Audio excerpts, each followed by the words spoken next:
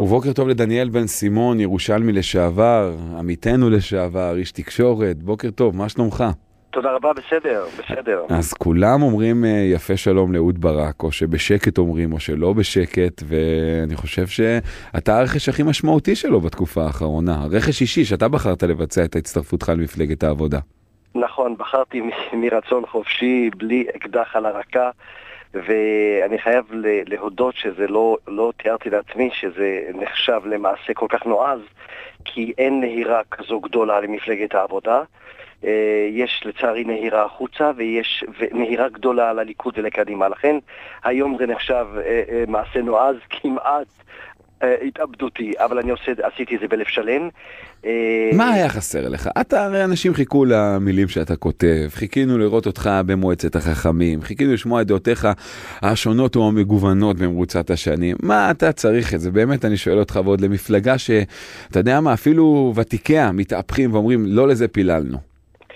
תראה, אדם מגיע אני חושב שכל עיתונאי צריך להגיע לאיזשהו מצב שלבדוק את עצמו, באיזה מידה הוא מיישם את הכתיבה שלו, איך הוא משנה את החברה. ואני חייב לומר לך שאחרי כל כך הרבה שנים, במיוחד בתחום של הכתיבה החברתית, של הפריפריה והעוני וכל הרגשתי שזה אף אחד לא מקשיב לי, שמעשה אחד פוליטי יכול לשנות מציאות שלמה ואלפי מאמרים לא יכולים. אני אומר לך בכנות, התקשורת בישראל היא אישית, היא פרטנית, היא יכולה לעלות ראש ממשלה ולהוריד אותו. אני שמעתי אותך השבוע באחד מתחנות הרדיו האמיתות אצל יעל דן, אפשר לומר, אתה נתת כל כך הרבה קומפלימנטים ועוצמה לתפקיד העיתונאי בישראל, שאמרתי, אני לא מוותר על התפקיד הזה לעולם.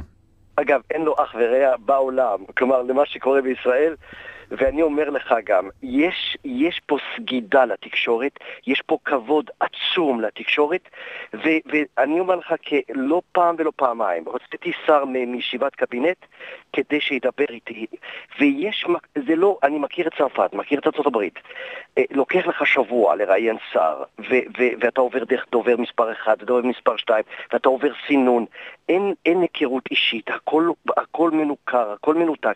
אצלנו אתה משיג ממשלה בקלי קלות, ולכן התחושה הזאת היא תחושה משקרת והיא מדהימה, כי אין לזה, יש לזה פריבילגיות עצומות, אבל מבחינת השפעה, אני חייב לומר לך, זה לא המקום הכי משפיע בעולם.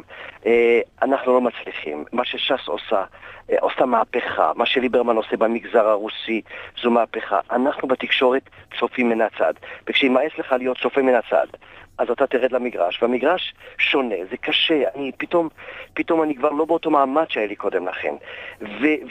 אבל אני רוצה לקדם רעיון שלי, לקחתי סיכון בהכרה מלאה, ואני עושה את זה באמת בכוונה טובה, כדי אולי שלא יגידו עוד פעם, למה אנשים טובים לא נכנסים, למה כל מיני, תראה את מרכז הליכוד עכשיו שהתכנס ביום ראשון, שוב התמונת הרטרו הזו, כולם חוזרים, מריחים שלטון, כולם חוזרים, הם לא השאירו רושם טוב בהתחלה, אבל הם כבר חוזרים, ולכן אני אומר לך, אם יש מצפונך בראשך, ואתה מרגיש שאתה חייב לעשות משהו למען החברה, אתה תעשה מה שעשיתי.